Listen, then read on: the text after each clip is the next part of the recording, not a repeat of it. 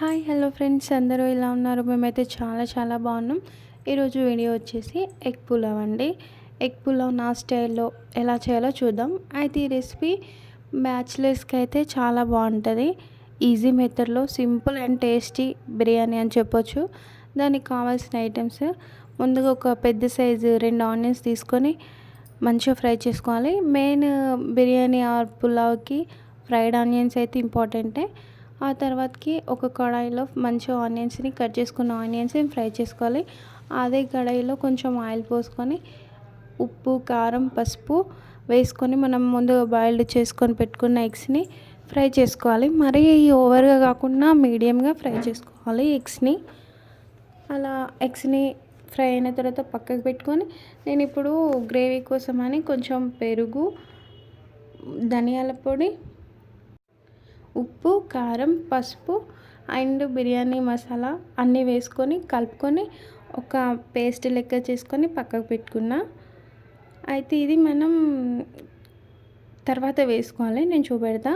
తర్వాత gas on చేసుకొని biryani spices అండి,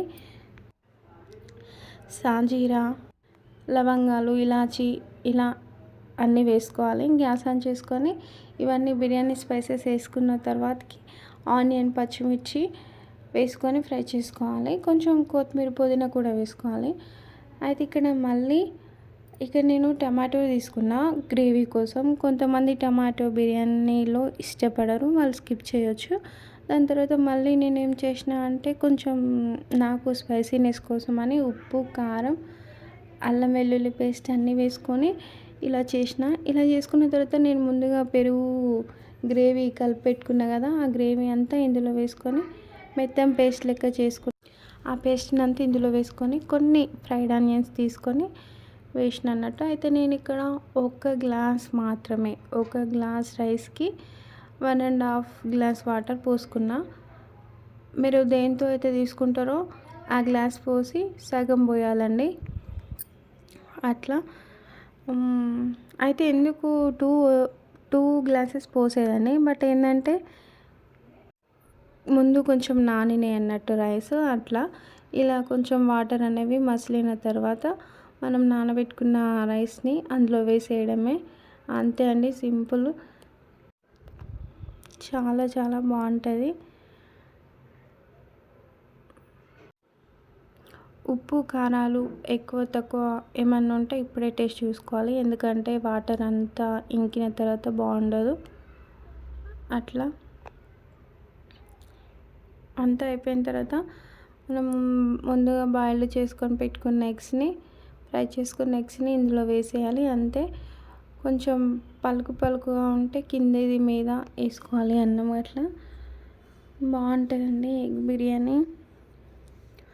ఈ విధంగా ఒక 10-15 మినిట్స్ అట్లా మూత పెట్టుకొని ఉంచుకోవాలి. ఆ తర్వాత Emmy super tasty egg biryani అయితే రెడీ అవుతుంది.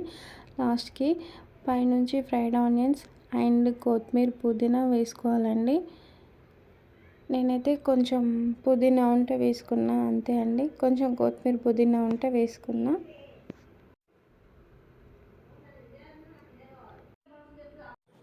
అంతే అండి, సూపర్ టేస్టీ అయిన బిర్యానీ అయితే రెడీ అవుతుంది.